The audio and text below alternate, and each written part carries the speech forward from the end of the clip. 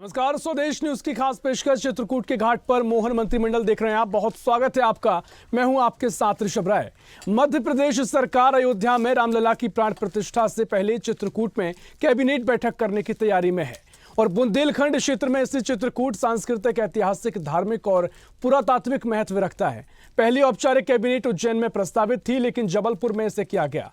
14 जनवरी को महाकाल की नगरी उज्जैन में कैबिनेट की मीटिंग प्रस्तावित है।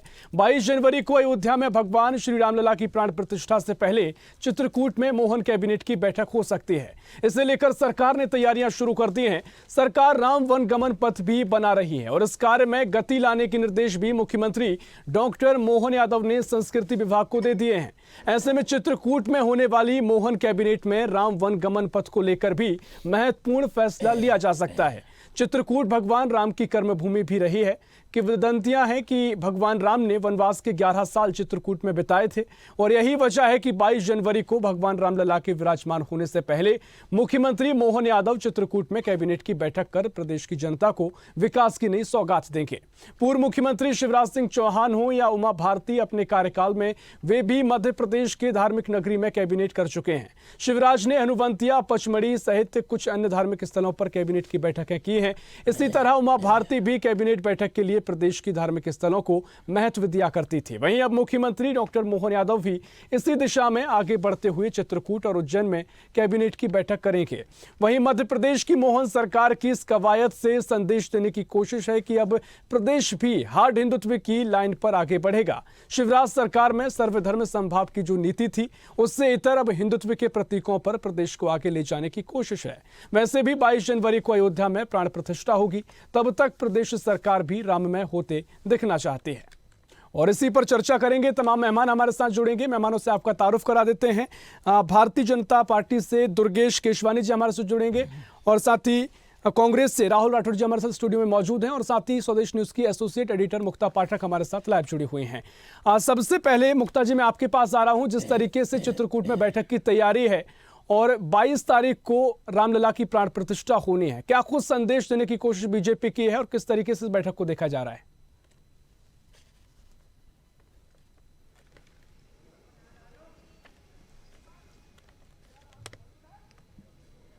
जी बिल्कुल ऋषभ, देखिए लगातार हम देख रहे हैं डॉक्टर मोहन यादव जब से उन्होंने सीएम की कुर्सी संभाली है, लगातार बहुत क्लियर मैसेजेस उन्होंने देने की कोशिश की है। बहुत सारे कड़े फैसले लिए हैं। इन 24 दिनों के उनका जो कार्यकाल है उसमें लगातार वो बहुत स्ट्रांग डिसीजंस लेते हुए दिख रहे हैं। कोई किसी भी चीज में वो कोई कोताही नहीं बरत रहे हैं, कोई ढिलाई नहीं दे रहे हैं। और अगर हम बात करें ये जो चित्रकूट में कैबिनेट बैठक जो प्रस्तावित है, जिसकी तैयारी हो रही है 22 जनवरी को अयोध्या में जो कार्यक्रम है, उससे पहले मध्य प्रदेश भी राम राज्य की ओर अग्रसर है। देखिए डॉक्टर मोहन यादव की कोशिश यहाँ पे कोशिश नहीं है, एक हम कह सकते हैं एक क्लियर मैसेज देने की कोशिश है। हार्ड हिंदुत्व की ओर मध्य प्रदेश अग्रसर है। अगर हम पूर्व मुख्यमंत्री शिवराज सिंह चौहान की बात करें तो वो मिड पाथ पे चलते थे, एक सेक्युलरिज्म का पाठ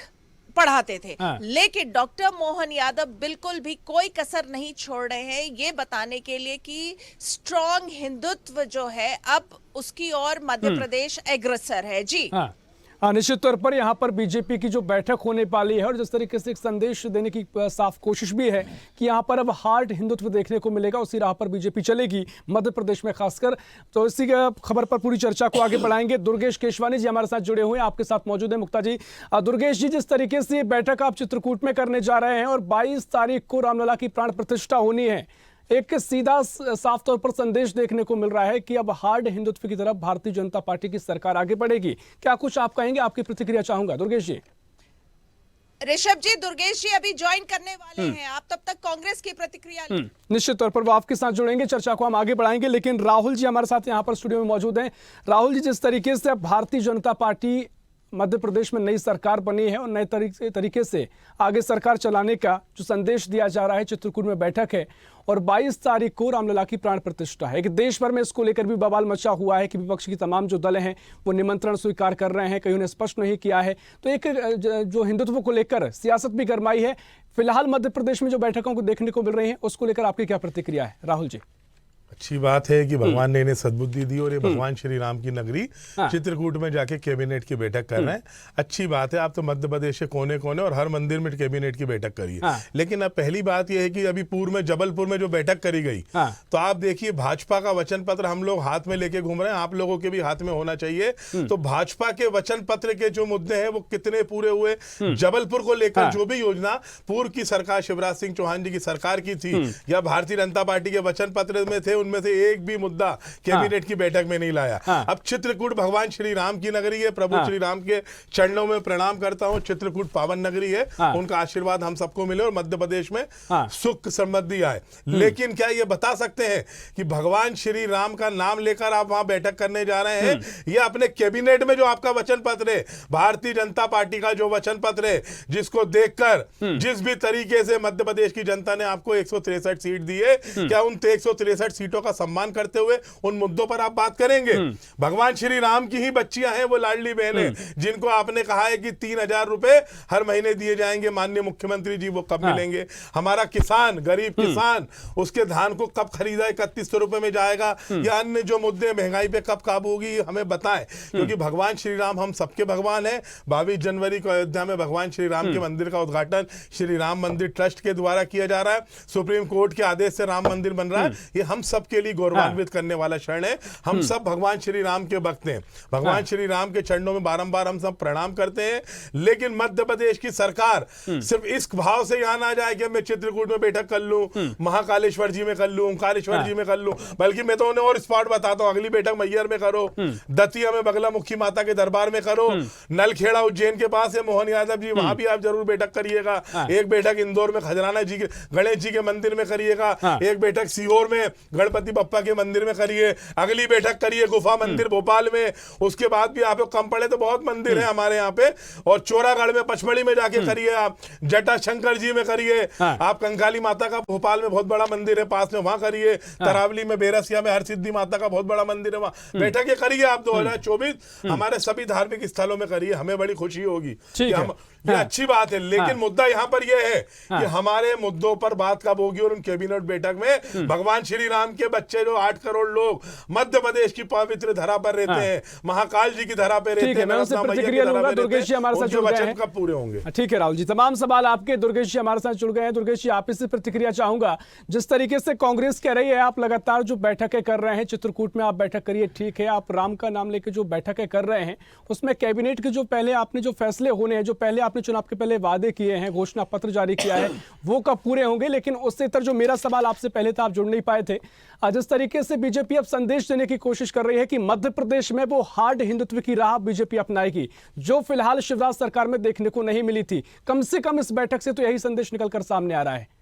दुर्गेश जी, देखिए, ये सब संदेश निकालने का काम मीडिया पर्सन्स का है, वो निकाल रहे हैं, और हमारी कटिबद्धता, हमारी प्रतिबद्धता प्रदेश की 8.5 करोड़ जनता से है, और हम प्रदेश को स्वर्णिम प्रदेश बनाने के लिए अग्रसर हैं। माननीय मोदी जी की मंशा के अनुरूप टॉप 3 प्रदेशों में हम कैसे आए, उसके लिए हमारे मुख्यमंत्री माननीय मोहन यादव जी कर रहे हैं। और कैबिनेट में आप देखेंगे जिस तरह से उन्होंने सतत निर्णय लेने का काम किया है, फिर चाहे फूड सेफ्टी बिल के माध्यम से हो, चाहे कैबिनेट को, और अनेक जो निर्णय जो लाउड स्पीकर के हैं, इसके साथ साथ जिस तरह से वहाँ पे गुनाह पहुँच गए थे, इनके जो अभी कांग्रेस के जो साथी बैठे हुए हैं, वो उनको जवाब तो ये देना चाहिए कि जब भोपाल में कमलनाथ जी वल्लभ भवन की 5वीं मंजिल पर बैठे थे, तब खटलापुरा घाट पर एक दुर्घटना हो गई थी, दुखद थी वो।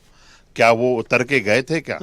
पर माननीय मोहन जी यहाँ से भोपाल से गुनाह पहुंचने का काम उन्होंने किया, परिवारों को ढांढस बनाने का काम उन्होंने किया, और निश्चित ही हम जनता के दुख में, दर्द में, तकलीफ में, कष्ट में खड़े रहते हैं, इसलिए जनता उसको अच्छा मानती है।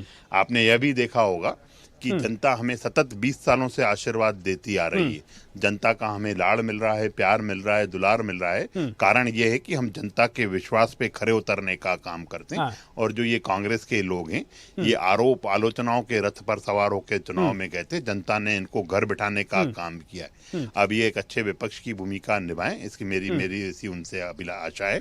बाकी हमें कोई सर्टिफिकेट देने का काम न करें। ये हमें कोई सर्टिफिकेट इनसे नहीं चाहिए। हमें सर्टिफिकेट हमारी प्रदेश की जनता से चाहिए। 8.5 करोड़ जनता के हितों के लिए हम काम बिल्कुल कर रहे दुर्गेश जी, मैं हैं और राहुल जी जनता से इसको प्रतिक्रिया अच्छा लूंगा, मान रही है। लेकिन जिस इसीलिए तरीके जनता से मेरा हमें सवाल प्रचंड था, बहुमत से हाँ, जिताती जी। आ रही है और आपने 24 में कहा भी हमें कि प्रचंड मीडिया का काम है संदेश निकालने का, लेकिन देखिए जिस तरीके से अब आप तो खुलकर कार्य करते हैं ना, भारतीय जनता पार्टी खुलकर हिंदुत्व को लेकर आगे बढ़ती है, तो इसमें क्या गुरेज है? आप जो बैठक कर रहे हैं और आगे भी जो यूपी मॉडल देख रहे हैं, योगी मॉडल के तमाम जो जमीन पर स्थिति दिखी है, तमाम फैसले नई सरकार ने लिए हैं, तो इसमें तो आप साफ तौर पर अपनी बात रख सकते हैं कि भाई साहब अब हिंदुत्व के राह पर हम आगे चलेंगे। जोड़कर नहीं देखा जाना चाहिए। और हम तो आपने देखा माननीय मोदी जी ने कैसे काशी विश्वनाथ में, बाबा केदारनाथ में, महाकाल लोक, ओंकारेश्वर में, ओंकारेश्वर धाम, अनेक काम करने का काम किया है और निश्चित रूप से उसको सतत आगे बढ़ाने का काम हमारे मुख्यमंत्री मोहन यादव जी करेंगे। जी बिल्कुल। जी ऋषभ। हाँ ठीक है राहुल जी, मैं आपसे प्रतिक्रिया लूंगा जिस तरीके से दुर्गेश जी कह रहे हैं, और भारतीय जनता पार्टी तो हिंदुत्व को लेकर काफी मुखर है, साफ तौर पर वो अपनी राह पर चल रहे हैं।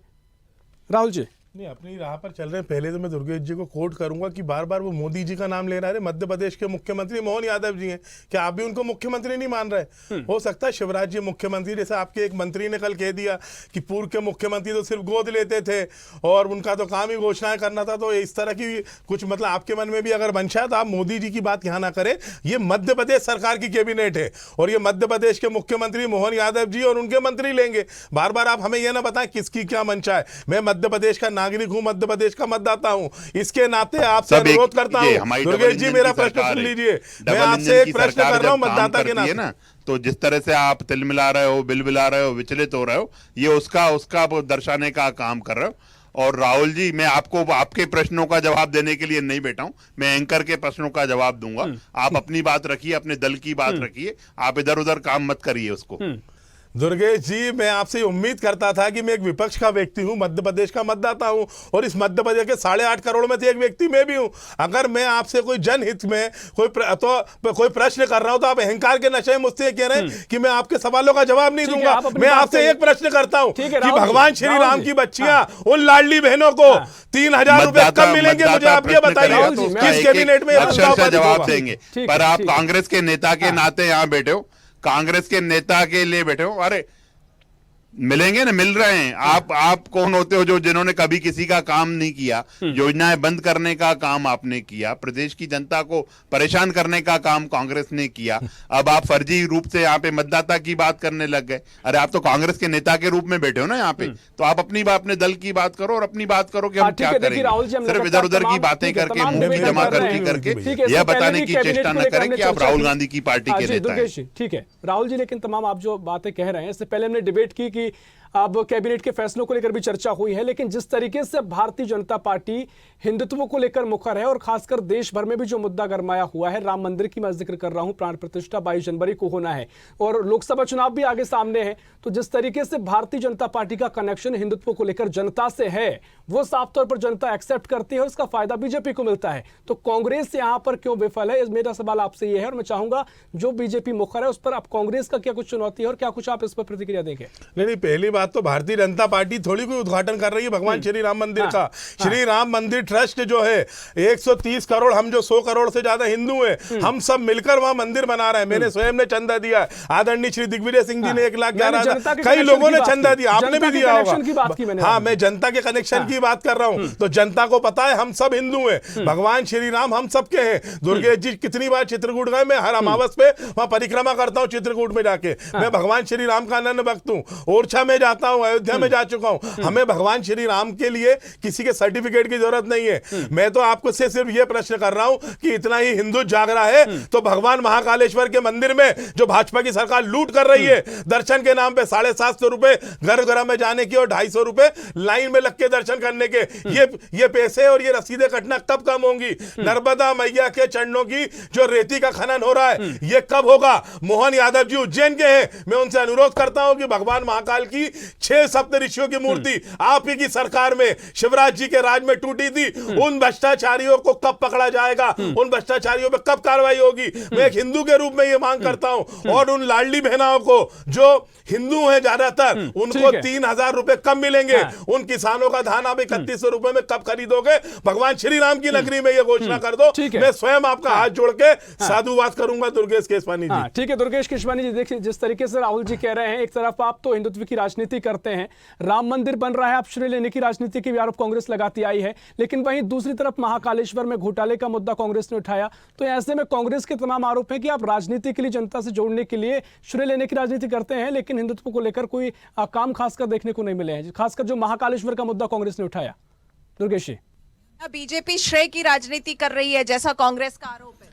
देखिए, कांग्रेस तो आरोपों और आलोचनाओं के रथ पर सवार है, और जो हमारे ये कांग्रेस के साथी हैं, ये अच्छे दिनों की बात करते थे। और कितने अच्छे दिन चाहिए जिन्होंने करोड़ों रुपए खर्च करके अदालत में कपिल सिब्बल को खड़ा किया कि भगवान श्री राम का मंदिर न बने। राम मंदिर के अटकाने को, लटकाने को, भटकाने का प्रयास जो कांग्रेस ने किया, आज इनके जो यू टर्न लेकर ये बात करने का काम कर रहे हैं मुक्ता जी, तो मुझे लगता है कि इससे अच्छे दिन और क्या चाहती थी। मेरा सवाल यही था आपकी, कांग्रेस जो आरोप लगा रही है कि आप राम मंदिर जो बन रहा है उस पर श्रेय लेने की राजनीति आप कर रहे हैं, भारतीय जनता पार्टी।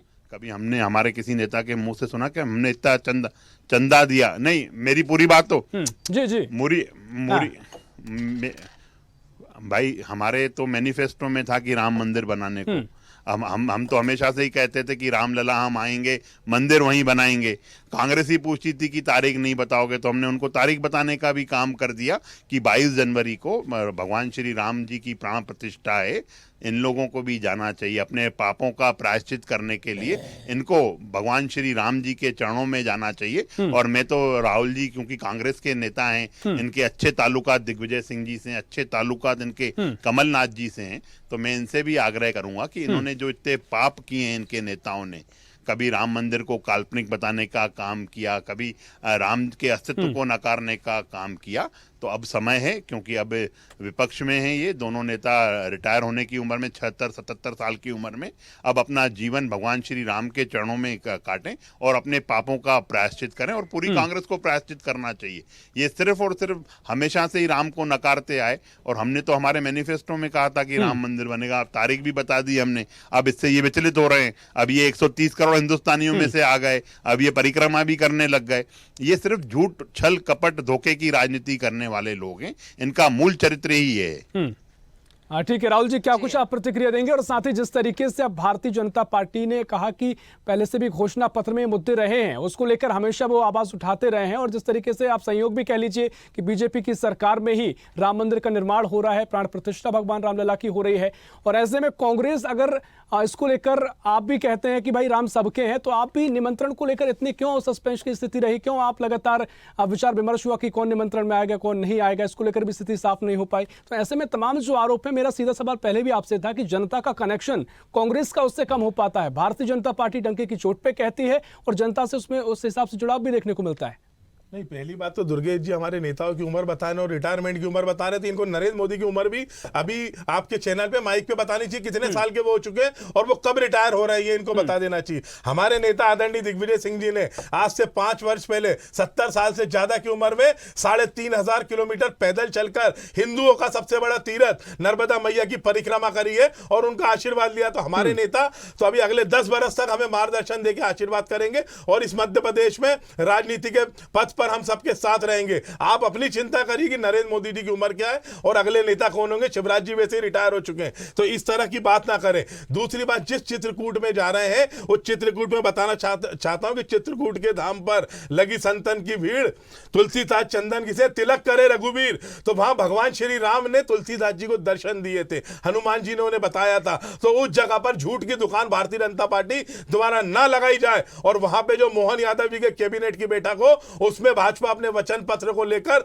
जनता के मूलभूत मुद्दों पर उन्हें कैबिनेट में पास करे। भगवान श्री राम का मंदिर बन रहा है 22 जनवरी को, यह गौरवान्वित होने वाला विषय, और मैं इसके लिए राम मंदिर ट्रस्ट को और हर हिंदू को बधाई देता हूं, क्योंकि हर हिंदुओं के लिए गौरवमय क्षण है। भारतीय जनता पार्टी लोकसभा के चुनाव से इसे ना जोड़े। भारतीय जनता पार्टी का बच चले तो भगवान श्री राम को प्रत्याशी घोषित कर दे, अयोध्या को राजधानी बना दे। इस तरह की राजनीति ना करें, मैं भाजपा से निवेदन कर रहा हूं। यह हम हिंदुओं का मामला है, हम आरएसएस और भाजपा वालों से बड़े हिंदू हैं। आरएसएस और भाजपा के हिंदू की हमें जरूरत नहीं है। हमारे नेता सुबह ठीक है, समय की हमारे पास कमी है राहुल जी। ठीक है, आपने अपनी बात रख ली है।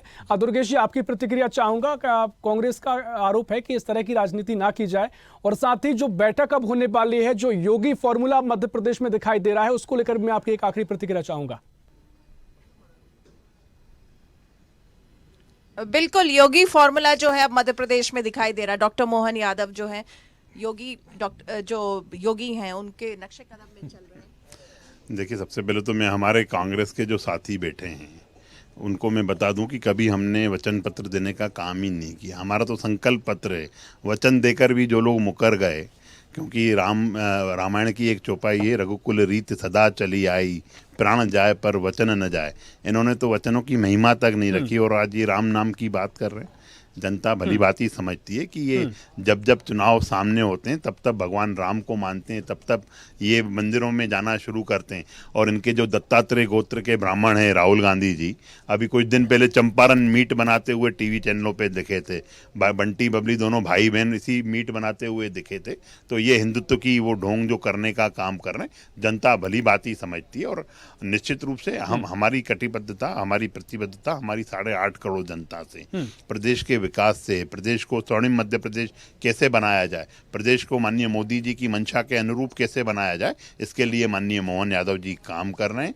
और निश्चित रूप से जो हमने अपने संकल्प लिए हैं उसको अक्षरशः पूरा करने का काम करेंगे। हम काम कर रहे हैं उस दिशा में। अभी आप देखेंगे कि अगर लाउड स्पीकरों पर रोक लगाने अगर सुप्रीम कोर्ट के पालन करना हुआ तो हमने किया।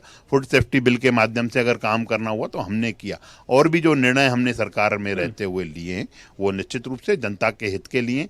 आज अधिकारी कर्मचारी जो ये सोच के चलते थे, जो ट्रक ड्राइवर को औकात बताने की बात कर रहे हैं, उसको भी कड़े निर्णय लेने का काम भी माननीय मोहन जी ने किया है। और निश्चित रूप से हमने जो कहा है वो करके रहेंगे। बिल्कुल ऋषभ, जैसा कि हम शुरुआत में भी हम लोगों ने बात की थी कि डॉक्टर मोहन यादव एक स्ट्रॉन्ग हिंदुत्व का मैसेज बिल्कुल देने की कोशिश कर रहे हैं। चित्रकूट में जो कैबिनेट की बैठक होगी, देखिए एक स्ट्रॉन्ग हिंदुत्व की ओर जो है मध्य प्रदेश अब अग्रसर हो चला है। निश्चित तौर पर मध्य प्रदेश यहाँ पर हार्ड हिंदुत्व की ओर अग्रसर हो चला है। लेकिन आखिरी प्रतिक्रिया राहुल जी मैं आपसे चाहूंगा, कुछ आप कहना चाह रहे थे, समय की हमारे पास कमी है, संक्षिप्त में आप अपनी बात रखिए। नहीं, मैं ये कहना चाह रहा हूँ कि आज हार्ड हिंदुत्व पर हो चुका है तो 20 सालों से क्या कांग्रेस की सरकार थी? शिवराज सिंह चौहान क्या कांग्रेस के नेता थे, या भारतीय जनता पार्टी से अलग कोई पार्टी बना के चुनाव लड़ा था? 20 वर्षों से भी भारतीय जनता पार्टी की सरकार थी और शिवराज सिंह चौहान मुख्यमंत्री थे। 1 मिनट सर, आप भी जो ये बात कर रहे हैं, मैं ये जानना चाहता हूँ क्या इनको आपत्ति है शिवराज सिंह चौहान की भाजपा अलग थी और मोहन यादव अलग से कहीं आ गए? मोहन यादव भी उसी भाजपा के जिसको जनता ने जिताया। मेरा सिर्फ इतना अनुरोध है डॉक्टर मोहन यादव जी से और दुर्गेश जी से कि आपका जो संकल्प पत्र है, वचन पत्र, घोषणा पत्र जो भी है, उसमें जो वचन लिखे हैं उनको पूरा करिए, नहीं तो 1 महीने बाद कांग्रेस पार्टी सड़कों पर सदन से लेकर सड़क तक इस मुद्दे पर लड़ाई लड़ेगी। शामिल होने के लिए मुक्ता जी बहुत शुक्रिया, और दुर्गेश जी आपका भी बहुत शुक्रिया चर्चा में शामिल होने के लिए। तो मध्य प्रदेश की नई सरकार नए तरीके से सरकार चलाने के लिए आगे निकल चुकी है और चित्रकूट में बैठक होना है। उससे पहले संदेश देने की कोशिश है कि अब मध्य प्रदेश की नई सरकार हार्ड हिंदुत्व की राह पर चलेगी। फिलहाल के लिए इस खास पेशकश में इतना ही। देश प्रदेश की और भी खबर